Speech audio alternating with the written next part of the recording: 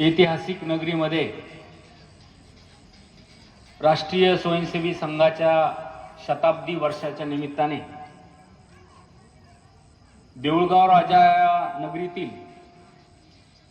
Bharat Ratna doctor Babasaheb Ambedkar वस्तीमध्ये आयोजित केलेल्या या हिंदू संमेलनासाठी तुम्हाला मला आपल्या सगळ्यांना मार्गदर्शन करण्यासाठी या ठिकाणी उपस्थित असलेले आदरणीय राष्ट्रीय स्वयंसेवी संघाचे प्रचारक श्री स्वप्नीलजी, ज्यांनी नारी शक्तीबद्दल तुम्हाला मला आपल्या सगळ्यांना मार्गदर्शन केलं, उद्बोधन केलं, त्या आदरणीय प्राध्यापिका अश्विनीताई, आणि ज्यांनी पुढाकार घेतला आणि हे हिंदू संमेलन या आपल्या वस्तीमध्ये आयोजित करण्यासाठी पुढाकार घेतला असे राजेंद्रजी कोटेजा,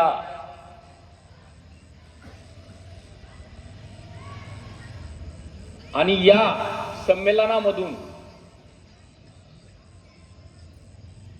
प्रबोधन उद्बोधन करून आपल्या जीवनामध्ये काहीतरी चांगलं निर्माण करण्यासाठी म्हणून या ठिकाणी उपस्थित असलेले या वस्तीतील सर्व बंधू आणि भगिनींनो, मित्रांनो, खरं तर या हिंदू संमेलनाला मला ज्यावेळेस निमंत्रण देण्यात आलं त्यावेळेस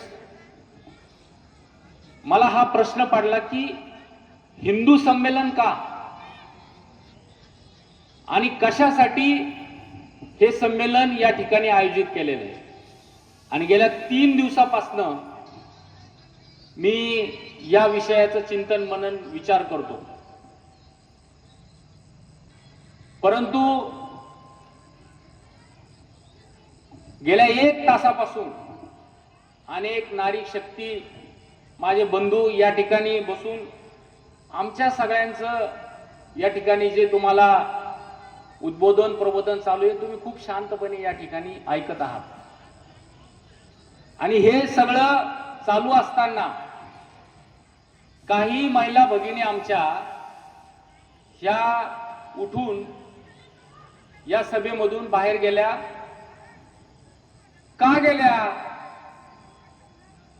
त्यांच्या मनात एकच प्रश्न आहे की 8 वाजले, घरामध्ये जायचंय, जेवणाची वेळ झालेली सगळ्या कुटुंबाची, आणि मी जाऊन त्यांना वाढलं पाहिजे. बरोबर आहे ना?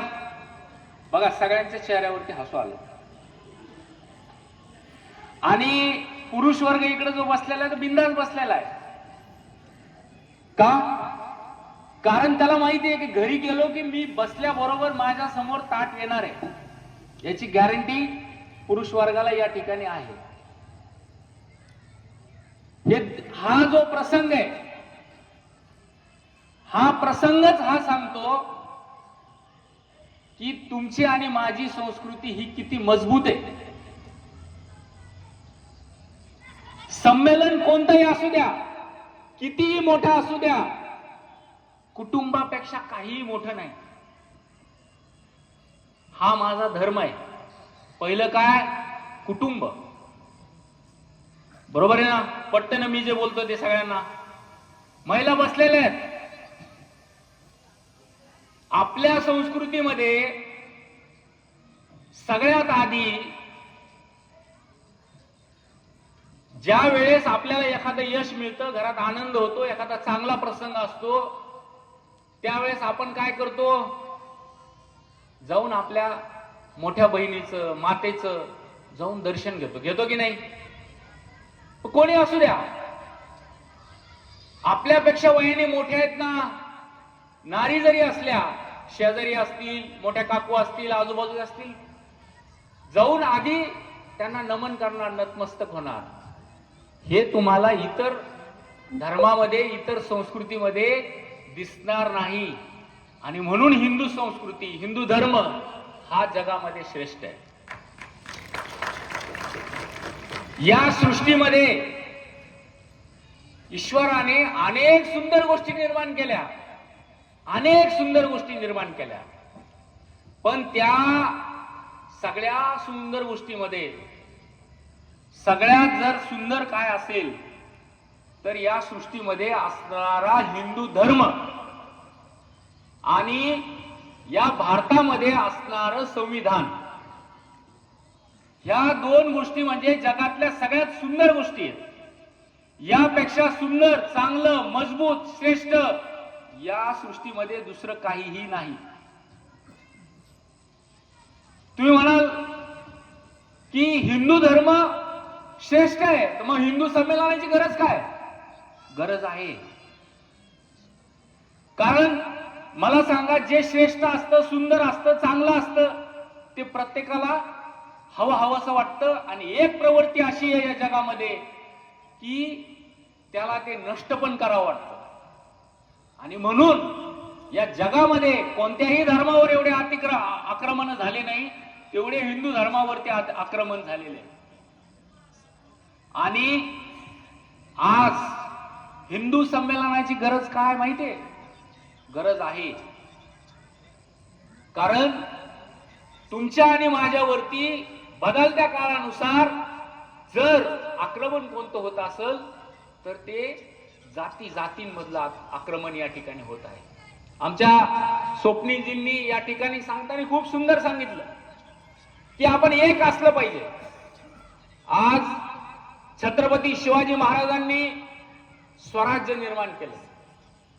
एकट्याने निर्माण केलं का? नाही. 18 पगड जातीला एकत्र घेऊन त्यांनी स्वराज्य या ठिकाणी निर्माण केलं. या भारताला स्वातंत्र्य देण्याचं काम महात्मा गांधींनी या ठिकाणी केलं. त्याचा आधार काय होता? अध्यात्म त्याचा आधार होता. जे काही म्हणून या भारतामध्ये निर्माण झालं त्या प्रत्येक गोष्टीचा जर आधार काय असेल तर तो म्हणजे हिंदू धर्म होता, अध्यात्म होता.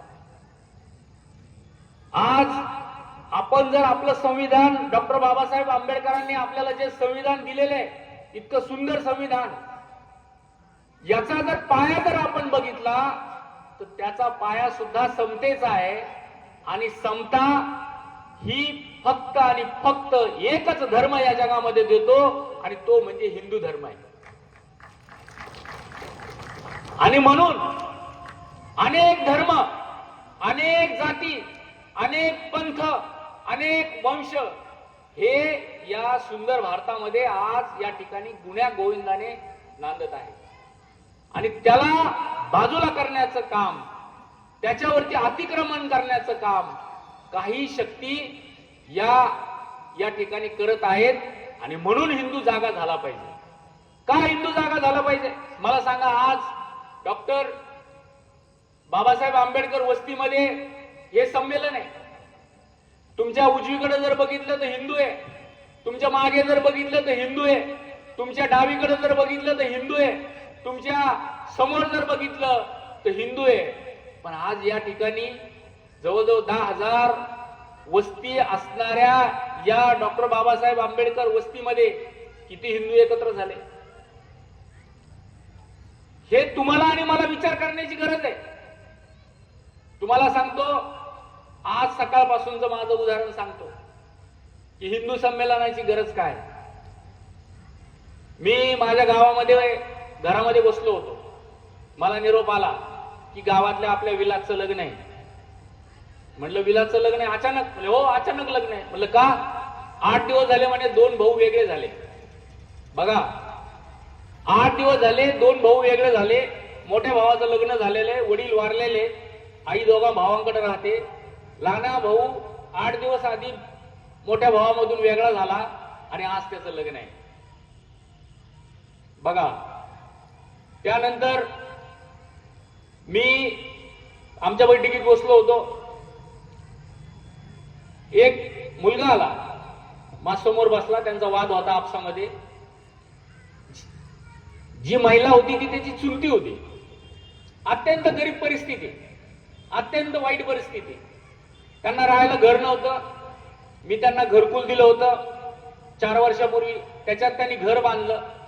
ते घर याला मिळेल म्हणून यांनी केलं काय, यांनी जास्तीचे पैसे टाकले आणि ते घर स्लॅबचं बांधलं. त्याचं म्हणणं होतं की माझे 3 लाख रुपये त्या घरामध्ये जास्तीचे गेले. दुसरं घर शासनाचं मंजूर झालं. मी पहिलं जे घर दिलं होतं माझ्या निधीमधून दिलं होतं. तो भांडत होता की आलेले पैसे सगळे मला द्या, आलेले पैसे सगळे मला द्या. जो भांडत होता त्याचं वय होतं 25 वर्ष आणि जिला भांडत होता तिचं वय होतं 65 वर्ष. तिला मूल नाही, बाळ नाही, काही नाही आणि ती त्या घरामध्ये राहत होती. हे दुसरं उदाहरण. तिसरं उदाहरण तुम्हाला मी सांगतो. मी शेतामध्ये गेलो आणि ज्या शेतामध्ये गेलो ते कांद्याचं शेत होतं. त्या ठिकाणी आमचे जे मित्र होते त्यांनी मला सांगितलं की दादा, शेतीमध्ये इतक्या फवारण्या चालू झालेल्या आहेत की मधमाशाच आता त्या कांद्याच्या बियावरती बसत नाही, त्याच्यामुळं उत्पादन कमी झालेलं आहे. ही तिसरी घटना. तुमची आणि माझी जी संस्कृती आहे हे शिकवत नाही. हिंदू धर्म हे शिकवत नाही. हिंदू धर्म जोडायचं शिकतो. स्वप्नील सरांनी खूप छान सांगितलं. हिंदू धर्म हा जोडायचं शिकवतो. हिंदू धर्म हा जपायचं शिकवतो. हिंदू धर्म हा संस्कार करण्याचं शिकवतो. आज शेतीमध्ये प्रचंड वारे माप केमिकलचा वापर आपण या ठिकाणी केलेला आहे. शेती पूर्णपणे कोलमडलेली आहे. देऊळगाव राजा हे सीडचं हब आहे.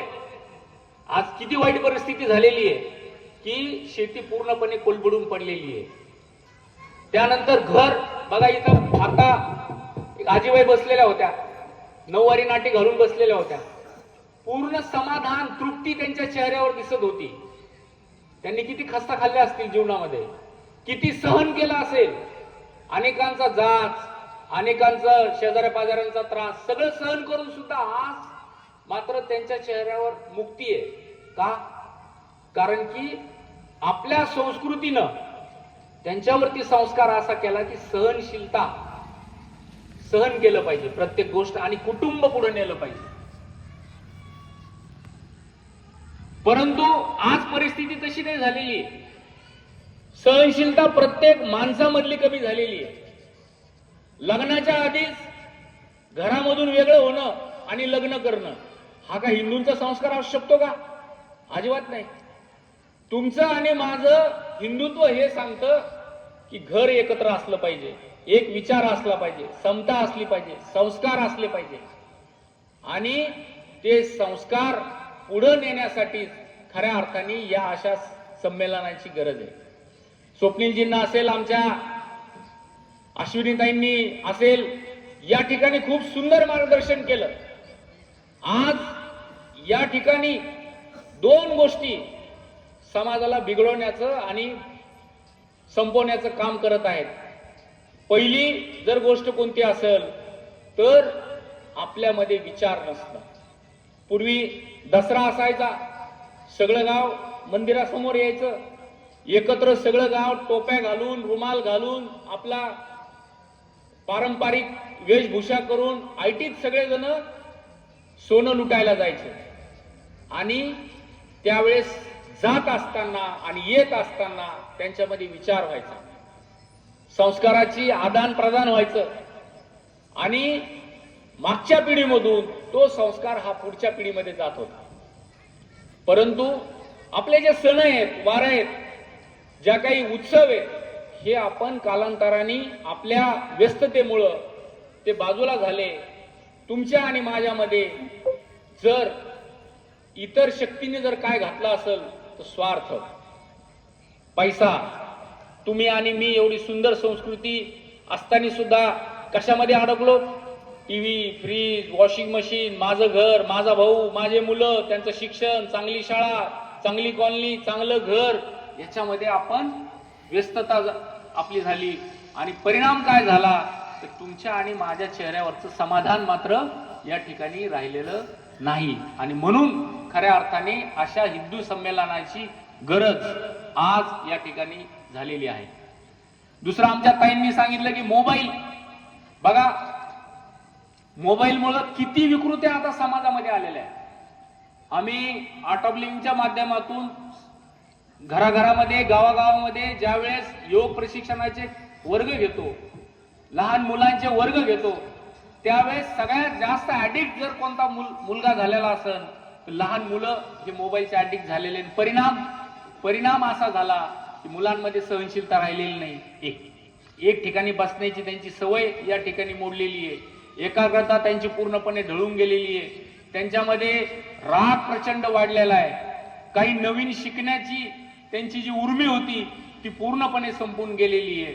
आणि म्हणून तुम्हाला मी सांगतो मित्रहो की असे हिंदू संमेलन हे नुसतं राष्ट्रीय स्वयंसेवी संघाच्या शताब्दी वर्षाच्या निमित्तानेच होऊ नये, तर वारंवार तुम्ही आणि मी पुढाकार घेऊन संघाने आपल्याला ही जी पायवाट या ठिकाणी करून दिलेली आहे, तर आपले जे हिंदू बांधव आहेत इतर जे घरामध्ये बसलेले आहेत त्यांना जाग करण्यासाठी या हिंदू संमेलनाची गरज खऱ्या अर्थाने तुम्ही आणि मी या ठिकाणी करून घेतली पाहिजे. आणि हीच आज खऱ्या अर्थाने काळाची गरज आहे. आणि जर आपण हे करू शकलो नाही तर तुम्ही आणि मी जाती पातीमध्ये आणि इतर धर्माच्या या संस्कारांमध्ये आपण स्वतःला या ठिकाणी संपवून टाकू. हेच खऱ्या अर्थाने आज मला आपल्या सगळ्यांना या ठिकाणी विशद करायचा आहे, सांगायचं आहे. मित्रहो, काळ हा अत्यंत कठीण आलेला आहे. जेवढा सुकर आणि समाधानी आपल्याला जरी टेक्नॉलॉजीमुळे या ठिकाणी वाटत असला तरी सुद्धा अनेक संस्कार तुमच्या आणि माझ्यामध्ये यामध्ये असणं गरजेचं आहे. मोह, माया, काम, वासना, क्रोध, अहंकार, अहम ह्या सगळ्या ज्या काही गोष्टी आहेत, हे सगळे जे विकार आहेत, या सगळ्या विकारांना जर आपल्याला काबूमध्ये जर ठेवायचं असेल, काम करायचं असेल, तर ते फक्त आणि फक्त तो संस्कार आपल्या हिंदू संस्कृतीमध्येच या ठिकाणी योग प्राणायाम ध्यानच्या माध्यमातून होऊ शकतो. आणि ते आपण सगळ्यांनी या ठिकाणी अंगीकारलं पाहिजे. आपला धर्म वाढवला पाहिजे. आपला हिंदू धर्म हा पुढे गेला पाहिजे. हीच अपेक्षा आपल्या सगळ्यांकडून या निमित्ताने मी या ठिकाणी करतो. आणि मला असं वाटतं की खूप वेळ तुम्ही सगळ्यांनी आमच्या सगळ्यांचं या ठिकाणी शांतपणे ऐकून घेतलं. त्यामुळं आपल्या सगळ्यांचे मी या ठिकाणी आभार मानतो. संयोजक ज्यांनी अत्यंत कष्ट करून, खरं तर आजच्या काळामध्ये एवढं लोकांना जमा करणं, समोर ठेवणं ही साधी गोष्ट नाही. आता एक आमचे दादा समोर आले होते, त्यांनी वासुदेवाची भूमिका केली आणि घरोघर गेले, लोकांना जाग करण्याचा प्रयत्न केला, एकत्रित करण्याचा प्रयत्न केला. मला असं वाटतं की आपण सगळ्यांनी जरा त्यांच्यासाठी जोरदार टाळ्या द्याव्या जरा. त्यानंतर आमची काव्या आणि आमचा राजवीर, बघा एवढा छोटा राजवीर होता, हनुमानाची भूमिका करत होता. त्याच्याकडे जर पाहिलं तर कसाच तो हनुमान नव्हता, है ना, एकदम लुकडा हनुमान, पण चालताना मात्र हनुमानाच्या आविर्भावामध्ये चालत चालत चालत चालत या ठिकाणी आला. बरोबर आहे ना. हा आपल्या हिंदू धर्माचा या ठिकाणी संस्कार आहे. आमची काव्या इतक्या कमी वयामध्ये व्यासपीठावरती आली आणि या ठिकाणी तिनं छत्रपती शिवाजी महाराजांबद्दल स्तुती या ठिकाणी केली. तर हे संस्कार खऱ्या अर्थाने आपल्या धर्मामध्ये या ठिकाणी दिलेले, ते पुढे वाढवण्याचं काम, पुढे नेण्याचं काम तुम्हाला आणि मला या ठिकाणी करायचंय. एक शेवटची घोषणा आपण सगळेजण मिळून या ठिकाणी देऊ आणि त्यानंतर मी माझं या ठिकाणी जे संभाषण आहे, संवाद आहे आपल्या सोबतचा, तो या ठिकाणी थांबवल. छत्रपती शिवाजी महाराज की. हा काय आवाज आपल्याला आवडला नाही? अश्विनीताई तुम्ही एवढं छान या ठिकाणी मार्गदर्शन केलं. नारी शक्तीच्या डोक्यामध्ये सगळं टेन्शन त्यांच्या घरचं आहे की घरी जाऊन सगळे आले असतील, त्यांना जेव घालायचं, पण जरा सगळ्यांनी जोरदार या ठिकाणी आवाज द्या. घरामध्ये बसलेल्या सगळ्या हिंदू समाजाला वाटलं पाहिजे की यार आपण या कार्यक्रमाला जायला पाहिजे होतं. बरोबर आहे की नाही? सगळेजण पाठीमाग उभा राहिलेले सगळे भैया, छत्रपती शिवाजी महाराज की. भारतरत्न डॉक्टर बाबासाहेब आंबेडकरांचा, भारतरत्न डॉक्टर बाबासाहेब आंबेडकरांचा. भारत माता की, भारत माता की, भारत माता की. धन्यवाद.